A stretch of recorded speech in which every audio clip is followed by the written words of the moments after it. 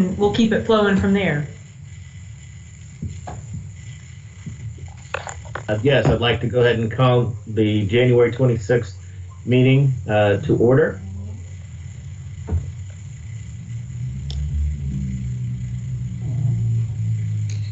We do have a quorum at this meeting, and also the press has been notified.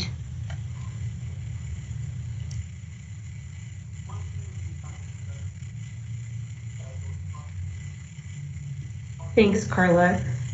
Chairman Coleman, would it help you if someone else took the reins of the meeting? Am I hearing that from you? Okay, yes, very good.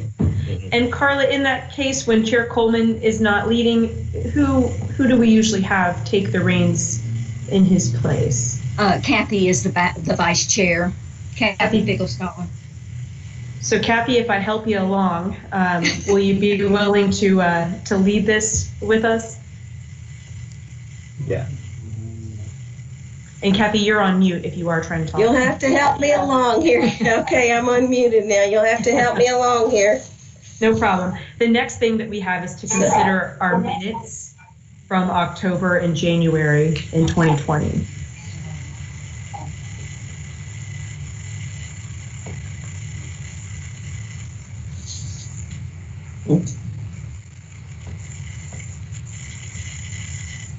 Oh, I lost you there. Well, I'm trying to show my... So are we ready to ask for somebody to approve them? Are you ready to ask for somebody to approve the minutes? Yes, The that's January right. 28th. Yes. Okay. Is there somebody willing to approve? Make a motion to approve them? Bush, and I make that motion to approve the minutes. Would you please give your name? Yes, this is Adrian Bush with the Homeless and Housing Coalition of Kentucky. Thanks, Adrian. Okay, is there a second? I'll second them. How about that? Can I do that? Mm-hmm. Indeed. Okay, now do we have to have a motion for the October 22nd minutes Yes, also? Yes, that's correct. Okay, if there's somebody that would approve make a motion to approve those? This is Adrian Bush, and I will make that motion as well. Thank you, Adrian. How about a second from anybody? Yeah, Jimmy Higdon, I'll second the motion. Thank you. So we have a motion to approve both of those minutes then? So moved, okay. What about introductions? How did you want to handle that? Well, I just thought it would be nice. It's been a year since we have all met, and we have a new executive director. I thought it would be nice to let him introduce himself first, and then maybe we could just go around and let everyone say who they are, since it's so awkward to be meeting like this anyway, and we haven't seen each other in a year. Okay. Good morning. Wendy, would you like for me to go ahead and make my own introduction? Okay. Good morning, everybody. My name is Winston Miller. On November the 16th, of last year, I became the executive director of the Kentucky Housing Corporation. I'm extremely excited about this opportunity and to be engaged in the wonderful mission that the Kentucky Housing Corporation is engaged in, and to work with the great staff that the Kentucky Housing Corporation has. I've been extremely impressed with the quality of all of the staff at Kentucky Housing, both the deputies and from top to bottom. It's a great organization, and they've been doing great work for a long, long time. I hope to be able to contribute by supporting their great efforts, and hopefully along the way bringing an idea or two to the forefront. Thank to each of you all for agreeing to serve on this advisory committee. We really do appreciate your service, and I know Wendy's been doing a great job of sort of guiding this group with the activities of the Kentucky Housing Corporation, and keeping you all informed of the activities that we've been involved in. I know this past year has been difficult for us all because of the pandemic and the impairment of our ability to communicate in person. I think that's going to continue for a while, unfortunately. And hopefully we'll be able to convene virtually during at least the portion of this year that we're unable to convene in person with each other. And we appreciate your all's tolerance in doing that. I know it's not the natural way of doing it, but it does offer some advantages. It allows us to get together and meet when we need to get together and meet without putting ourselves through long commutes from wherever our homes may be to Frankfort. And so there is some advantage to that we need to keep our eyes on and keep our thoughts on as to whether or not it's a better way to handle some of our meetings than perhaps they have been handled in the past even. We certainly don't want to do that to the exclusion of all in-person meetings. That wouldn't be good at all, but keep that in mind and give us your thoughts and your feedback on that. We'll be guided by that in terms of our actions as well. But again, just by way of brief background, I practiced law in Louisville for many years until I came to the finance cabinet at the beginning of last year as the deputy secretary for the finance cabinet. And in that capacity, I served on the board of the Kentucky Housing Corporation during last year and became familiar with the operations of Kentucky Housing and the good work that they're doing. And as I said, I'm very excited to have been selected as the executive director. I look forward to getting to know each of you all and getting to know about your all's activities in the areas of affordable and fair housing and how all of us can work together to contribute to those efforts in the Commonwealth. Thanks, Wendy. If there's any questions, I'd be happy to answer them. Thanks, Winston. Kathy, I think what might be a good idea is just to have everyone introduce themselves who's on the call. Would that work for you? You can go first. You're muted right now. Muted. Well, unmute. How about now? Can you hear me? Good. You're good. Yeah. Okay. I'm Kathy Figel-Stoller. I'm the proxy for our Commissioner Dennis Keene at the Department for Local Government. Happy to be here. Very good. I have the list of participants alphabetically. I'll just go down that. So Abdul Muhammad, if you would introduce yourself.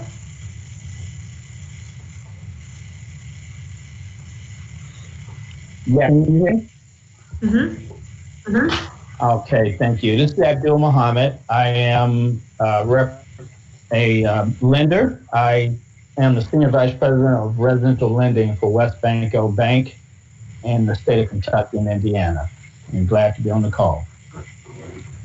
Thanks. Adrian?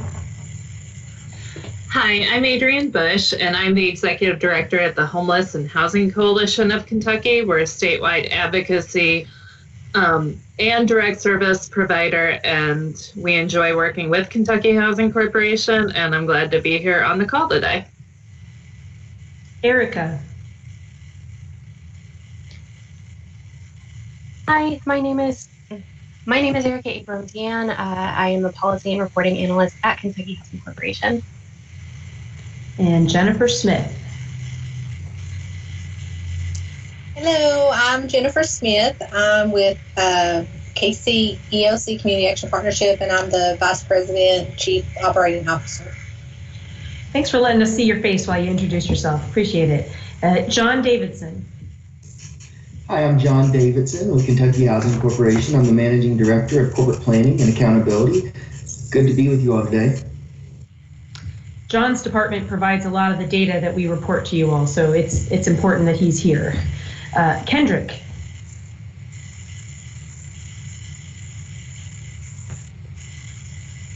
You are on mute if you are talking, Kendrick.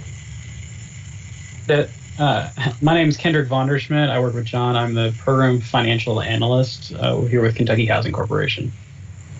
And Molly.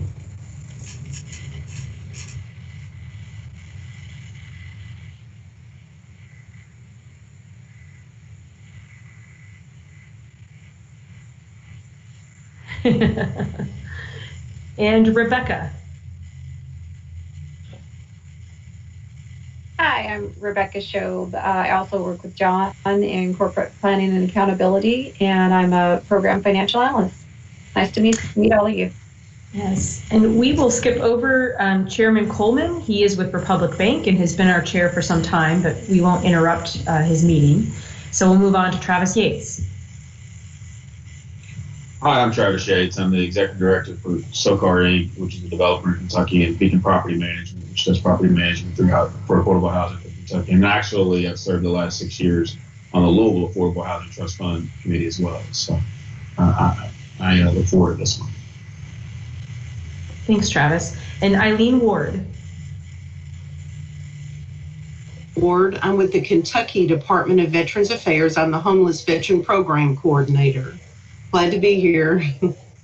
Very good.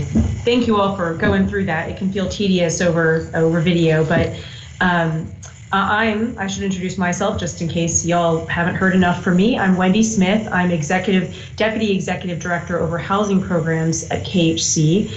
Not every housing program is technically under me, but quite a few, and most of our AHTF funding does go out through departments that work under me. So I'm happy to be here as well. Can you all see my screen? I am sharing it. If you would like it to be larger, you ought to be able to just double click what is currently a blue PowerPoint slide that says introductions so that is showing up largest for you. Hopefully you're able to see that because I'm going to go through some slides for you all. If anybody's having difficulty and they want to point that out, now would be the time. Okay, so I'm going to share with you all. So again, we usually meet twice a year, and we missed a meeting last year. So last January, when we did meet, right before everything seemed to shut down and we all went home to work, when we met towards the end of January last year, we presented, as we always do, the financials for the Affordable Housing Trust Fund. So that's the first thing that we would like to do as we get into the meat of the agenda, which is to share with you all those numbers. And I am happy to email this as a PDF to anyone who's interested in getting the PowerPoint presentation. So when we look at the quarter that ended calendar year 2020, so the end of December, here's where we stood with AHTF. We had a cash balance of $13.4 million and outstanding commitments to projects of a little over $12 million, leaving us a funds available balance that was not already committed to projects of $1.36 million. Probably what is most notable is if you look at the previous quarters, you can see that remaining balance of funds that are available and not committed went negative for a minute last year and is currently pretty low relative to last year, the end of last year, and certainly the first quarter of 2020, of calendar year 2020. There are two reasons for this. One is intentional, and it's a good thing. One is not intentional and cannot be viewed as a great thing. And so I'll share with you why that balance is low. One is an intentional thing, which is we have begun a practice across my departments and our multifamily department of doing what we call forward committing. Because AHTF funds get committed particularly to large multifamily projects, and then they kind of sit and aren't used, we can end up with a balance that kind of sits on our books for some time. So what we're doing now is we are committing ahead of time, particularly to projects we think will use the dollars faster. not to the detriment of the projects that take a longer time. That's not what I mean by that. It's simply that we are trying to forward commit dollars that we think are going to get expended because we know other dollars will be coming up in its place. Now, the unintentional reason for the balance going negative for a quarter and still being low relative to past quarters is that because county clerks shut down for some time due to the pandemic, they weren't taking payments. And so then the fee that funds the AHTF was not being collected and then sent up to the state. So we're hoping that will get caught up because we know there's a lot of construction activity and real estate activity, but there was a lag in that payment, which again resulted in this balance. Like we've never had that negative thing. That's new for us. It doesn't mean we had to defund any projects or anything like that. And in the long run, it is our aim for this available amount to remain lower than typical because we want to be getting the dollars out the door to partners and getting them committed, not as soon as they come into our coffers, but shortly thereafter. So I will pause there in case anyone has questions that they want to ask about this. Okay. In terms of, as an organization, how we are allocating our AHTF dollars, every year KHC looks at the many funding streams that come into our organization, and then we do what we call an allocation plan, which is where we say to what affordable housing activities are we going to invest those dollars. Much of the funding that comes to us is non-negotiable. HUD or Treasury or someone, the IRS, has already told us exactly what use we can put it toward. With AHTF, we have a little bit of wiggle room within the legislation to use it across multiple affordable housing uses. And so while we expect to have a little over $7.16 million to invest in AHTF in fiscal year 2021, here's how we have loosely allocated that across affordable housing activities. So about 1.8 million, oops, my apologies, I clicked accidentally. About 1.8 million will go to single family home ownership production. That means either rehabbing a home for a new buyer or building a new home for a new buyer. About 1.5 million is allocated for AHTF home repair. These are modest home repairs to existing owner-occupied homes across the state. And then 3.8 million has been allocated for multifamily rental production. And this can be both small-scale rental projects, duplexes, triplexes, or larger tax credit, bond finance multifamily projects. It's a real range. So again, those are the three uses to which we intend to invest AHTF funds this fiscal year and every fiscal year. Any questions about that before I move on? Wendy, this is Adrienne Bush, and can you talk a little bit about KHC's thought process in changing the allocations from FY20 to FY21, specifically the multifamily rental production going up quite a bit? Yeah, I can. So some of this is about how much volume we are seeing in multifamily production, and not just, so we have three ways that we fund multifamily production. One is very small scale, affordable rental development, and that is usually nonprofit driven, duplexes, triplexes, that kind of stuff. And I'll show you an example of that in a minute. So that's one. The second is our 9% low-income housing tax credits that sometimes seek assistance. And really a bigger user of subsidy is now our 4% low-income housing tax credits and tax-exempt bonds, which don't bring as much private equity into those multifamily apartment projects and require a little more subsidy. And so that is part of what has gone on with this. The other thing that's happening in this, you might wonder, why are we taking more from single family home ownership production? And the rationale with that is we are ahead of our partners in getting those dollars allocated and committed to projects. And so they are not even burning through last year's allocation of funds. And these dollars will actually get allocated in February or March. And so they will have last year's funding and this new funding to keep their pipeline going. And we'll be able to bring in another funding round probably before they're even done with these dollars. So we kind of feel like we're in a good position of being ahead of our single family partners and keeping them flowing with dollars to keep projects going.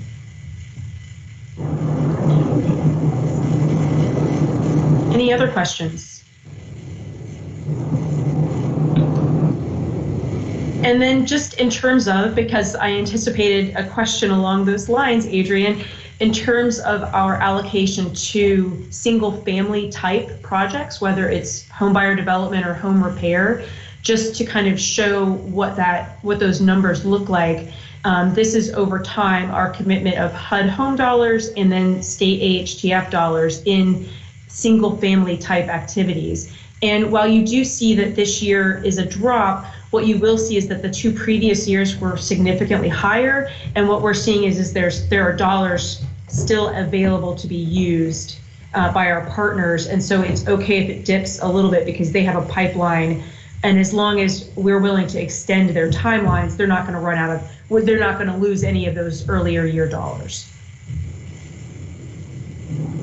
So we don't feel like this is going to keep anybody from keeping their production going, especially provided if we get our 2022 funding round out with the same rapidity that we're doing this year.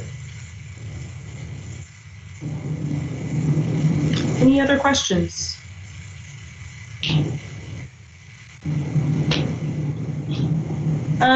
Well, I will pause there because the next thing was I was going to share some updates with you all, but I kind of feel like, Adrian, you all have had some activity in the AHTF realm as advocates that I feel like is meaningful and is worth giving you some time for. Okay, I'm happy to do that. Back in December, the Kentucky County Clerks Association had reached out to me wanting us to provide some training to their clerks on the Affordable Housing Trust Fund and how it works and how it gets deployed. And so anyway, we kind of threw together this presentation in January. It was actually just last week. It feels like it was about 3 weeks ago, but it was last week. And it was, I think it spurred some really good conversations in some predictable ways and some unpredictable ways. And so first I want to thank John Davidson for presenting on behalf of Kentucky Housing Corporation and really explaining the allocation process and really providing some transparency around that. One thing that I forget because I, live in the housing world is not everybody does. And so it has been some time since we have worked with the county clerks, and in the meantime, they've had a steady cycle of elections. And so there are some new clerks on board. And so it was good to have John there to explain KHC's role in being a steward of these funds. And then we also took the opportunity to do a little bit of advocacy on our side of the presentation on, how are these funds being used? Here are some before after pictures in some of the counties where you live, county clerks. And these are how the funds get recycled and reinvested into your communities. And we had presenters from People's Self-Help Housing in Vanceburg and,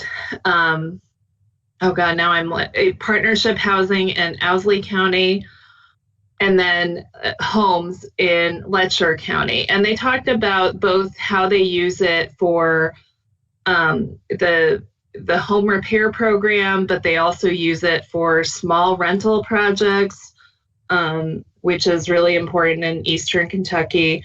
And then, of course, single-family home ownership. And so there was a conversation, because we have higher capacity providers in Eastern Kentucky, and because KHC has done a tremendous job, Erica, in getting the data out on the Tableau format, you can see where trust fund dollars have been invested by congressional district. And then, of course, the clerks were very interested in by county. And one thing I forgot to mention, we also had Mary Shear from the Kentucky Habitat for Humanity State Support Office talking as well. But one of the things that came up was in our some of our South, Central, and Western Kentucky clerks were very concerned that they are not seeing those dollars reinvested in their communities. And so they wanted to know how they get access to this. And so the conversation is larger than just how do we allocate a $4 to $5 million trust fund annually. The conversation really is about what is the role of county governments, local city governments in making sure that they have strong housing infrastructure, especially for their extremely low-income residents. And so we did talk about, like, here's some outreach that you can do for community action agencies who, you know, some of our community action agencies use the Affordable Housing Trust Fund. Like, I know Jennifer Smith is on this phone call. KCOC does a great job. But also, our goal as advocates is not to make this fund so competitive that nobody can access it. Like, I personally would love to see trust fund dollars invested in all 120 counties. But I also recognize, like, we need to make sure folks know about it so that they can compete. But also, like, $4 to $5 million annually to go across 120 counties is not a lot. It sounds like a lot, but if you're talking about a minimum investment in each unit of at least $7,500, that goes really quickly. So, and it was funny because one of the county clerks said, well, you need to do a public relations campaign. And I said, yeah, I know, on a lot of things. But I think it was good in following up with Bill May, who is he kind of is the cat herder for the Clerks Association. We talked about further education of the county clerks, and really, you know, we want to make sure this information gets out there. Are there things we can do? Perhaps, you know, schedule a meeting with Roger McCann at Community Action Kentucky, make sure that the community action agencies who maybe are only doing weatherization know that they can apply for Affordable Housing Trust Fund dollars. But also the clerk's chief, he's the president, who is out of Mount Sterling, expressed a willingness on the advocacy side to iron out some fee schedule changes, because the county clerk's fee schedule was last updated in the 2019 regular session, but the Affordable Housing Trust Fund portion, which is $6 per transaction, remained the same. But he expressed some willingness to work with us to see if we can't change that, maybe also explore some other sources of funding. But that was the first time in a very long time that I have heard that willingness.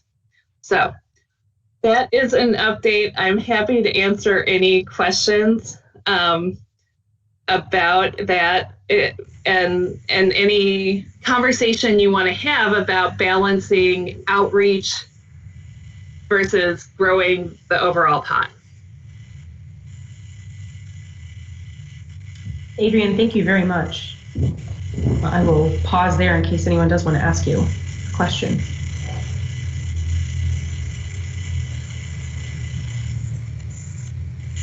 And I appreciate that you all did the training for the clerks, because I think John shared with me, some clerks didn't know the trust fund existed, didn't really, so why would they be for or against anything regarding the fee schedule that affects the Affordable Housing Trust Fund? It's just not something they were probably attuned to at all. So thanks a lot. So I'm sharing my screen again. Hopefully y'all can see it again. And again, double click it if it's too small so it can be bigger for you. I thought I would share with you all a couple of KHC updates. I'll try to keep them tailored to AHTF, but I will skew a little bit just into some general COVID-19 stuff that I want you to know about. So I thought I would share with you some steps that we have taken to keep AHTF projects and programs going during the pandemic. One of the first things we did, and this was in response to FAHI members, so a lot of our nonprofit members that are active in Eastern Kentucky raised the issue that they were seeing escalating construction costs, and that this was affecting their ability to get projects done and make them happen within our subsidy limits. So what we did was, for a temporary period of time, and we haven't decided when this will end, but we have lifted the project limit for our single family home buyer development, as well as AHTF home repair, which is again for low income homeowners to repair their homes. We basically raised the single family development subsidy by $10,000 and the home repair subsidy by $5,000. Our partners are just seeing material costs and labor costs go up so much that they couldn't make projects work within our existing limits. This has been well received, and again, we haven't seen a big drop in construction costs, so we don't know how long we will extend this, but it seemed like an important thing to do to keep our projects going and our partners moving. The other thing that we're doing is right now 3 concurrent funding rounds that involve AHTF as well as other funds. And they're for the 3 activities that we fund with AHTF. So home repair, the development of single family homes for home buyers, and then small scale rental development, multifamily development. We're doing these all at the same time in the hopes of optimizing how we use AHTF and other dollars across all 3 uses. Here's an example. There's a nonprofit that has expressed to us that they would really prefer to do multifamily development, but if we're not going to fund it, they would apply for single family development with AHTF. And so we wanted to open them at the same time to give them the ability to kind of say, what do they prefer funding for? What would they prioritize? So that maybe if we can only fund 2 of the 3 activities with one nonprofit, we can give them a say in that of what they're more capable of doing and is more of a need in their community. So this is a partnership between my departments and KHC's multifamily programs, again, to try to optimize the use of the dollars that are available at any given time. The applications went out in mid-November. They were due the middle of this month, and we plan on making awards at the end of February. That's an approximate timeline because, again, we have 3 programs doing this process all at once. I also wanted to share with you all just a couple of example projects that were completed in the recent past with AHTF funding, so you guys could lay eyes on what are these dollars doing? Why am I doing this meeting twice a year? What's it for? So I thought it'd be good to see some visuals. This is a project that was in Vanceburg in Lewis County, done by People's Self-Help Housing. It was a home repair, and that program, until recently, the limit was $15,000 to make sure that the home was habitable when the work was done. This was a great project because it partnered with the local community action agency to also do weatherization, so they could bring kind of more dollars to the house and get it energy efficient and make sure it was safe and habitable, and clearly it looks quite nice. They did a great job. This is a new construction project done with AHTF in Jackson County. It's done by Kentucky Mountain Housing Development. They used $120,000 of AHTF as sort of their construction loan. Now, only $50,000 of that stayed in as what we call a soft second mortgage to keep the home affordable for the buyer.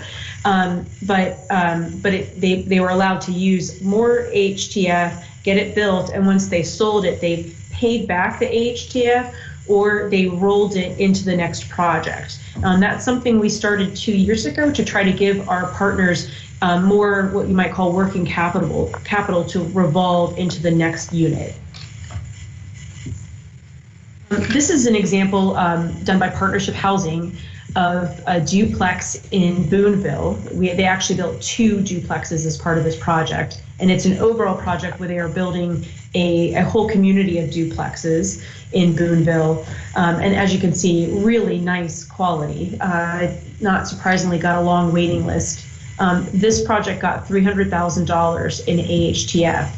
And you might think, well, that's a lot for 4 units, but keep in mind that by building it and keeping the debt zero or very low, it means the rents can be extremely low. These do not receive rent subsidy, so they only receive development subsidy in this situation. And then the last one is a large multifamily project. This is a Scholar House in Hopkinsville, which means it's 48 units for single parents who are also college students and need affordable housing, usually attached to some kind of childcare and other supportive services to keep them in school and get them through. This received $300,000 in AHTF, along with tax credits and a lot of other funding sources as well. But I just wanted to give you all, this is kind of an example of the range of everything as small as home repair all the way up to a large scale multifamily project, and in many parts of the state. Any questions about the projects before I move on? And then lastly, I just wanted to share with you all a little bit about the COVID-19 relief funding that is being administered by KHC. This is not directly tied to HTF, but I feel like I need to share it with folks so they know, and if they want to share information with others, that helps us get the word out. So the first is that we got through the CARES Act, passed last March, $23.4 million in additional emergency solutions grant funding. These are dollars for homelessness. They're really pretty restrictive to folks who are at risk of or are experiencing homelessness. And the main thing I might want to underline for you all is that it is like almost a 10-fold increase in funding over a regular program year. We usually get about $2.5 million in ESG to invest in shelters and rapid rehousing. This is just a phenomenal increase. And so the table below just shows you how we have allocated that primarily out to partners. We have pushed as much of this as possible, and we'll be getting more out to partners across the state to do rapid rehousing, which is just help getting them renting a unit and paying for that rent so they can stay housed and hopefully get back on their feet. Emergency shelter, the prevention of homelessness, so keeping people from getting into experiencing homelessness, some street outreach, and then there is a lot of data and administrative stuff that we are using dollars for.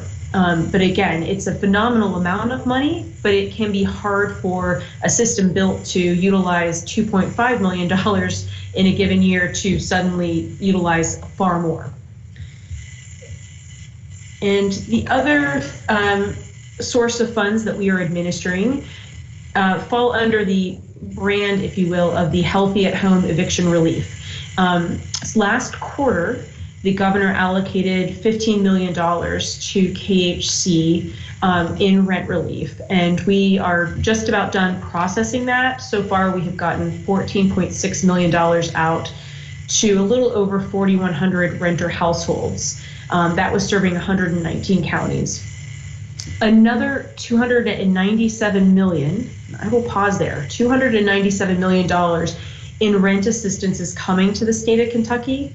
And it is coming, some will be administered by KHC, some by Louisville Metro Government, and some by Lexington Fayette Urban County Government. We three are meeting every week to try to have a coordinated program design and maybe even marketing effort. If you have signed up for KHC's egrams, that is how we will get the word out. The governor's 4 p.m. briefings will certainly also feature this when it's ready to launch. We expect it to launch in February, and all 3 government entities are intending to assist with 100% of rental arrears and probably some future rent also to keep folks housed during the pandemic. So that's, if you work with folks who might be at risk, like, it's worth paying attention to that. And then also, I just wanted to mention that the CDC eviction moratorium is going to be extended. The CDC hasn't come out with a direct announcement on this. They have said they will extend it, but they have announced that plan to extend it to March 31st. The documentation has not come out yet, but we are hopeful for that, just to give us time to get folks assistance and make landlords whole before they proceed to eviction court. Again, I would just recommend you sign up for our egrams. We send out information on this kind of stuff pretty regularly as it gets announced from the federal government or from the governor. And that is all of my announcements. Kathy, I will turn it back over to you.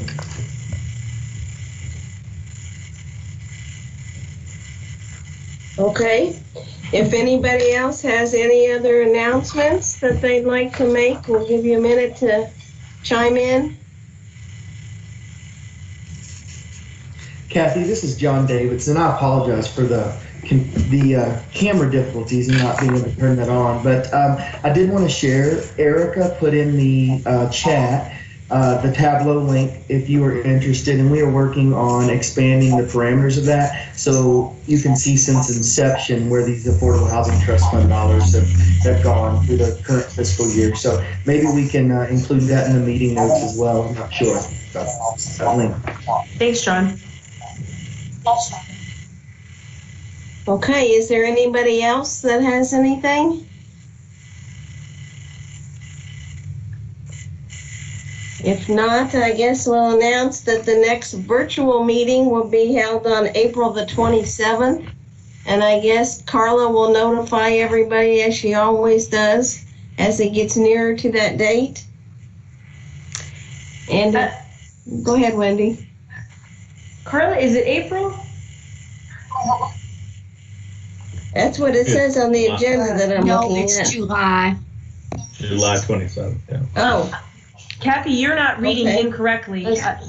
No, it is listed April. And I apologize. Okay, but it's July. Yes. That's okay. July 27th. Okay. Make note of that change. Sorry, Kathy. That'll teach you to serve on the spot for us. That's okay. If that's the worst that happens, we're in good shape, right? Yeah. Okay, if there's nothing else, I guess we're ready for a motion for adjournment. If anybody would like to make the motion. So moved. It's Abdul. Abdul. Okay, is there a second? This is Travis, I'll second. Thank you, Travis. Okay, if there's nothing else, then Wendy, do we have any? And we're ready to sign off? I think so. Thanks so much for filling in, Kathy. Really appreciate it. Oh, no problem. Thank you all, and have a good rest of the winter.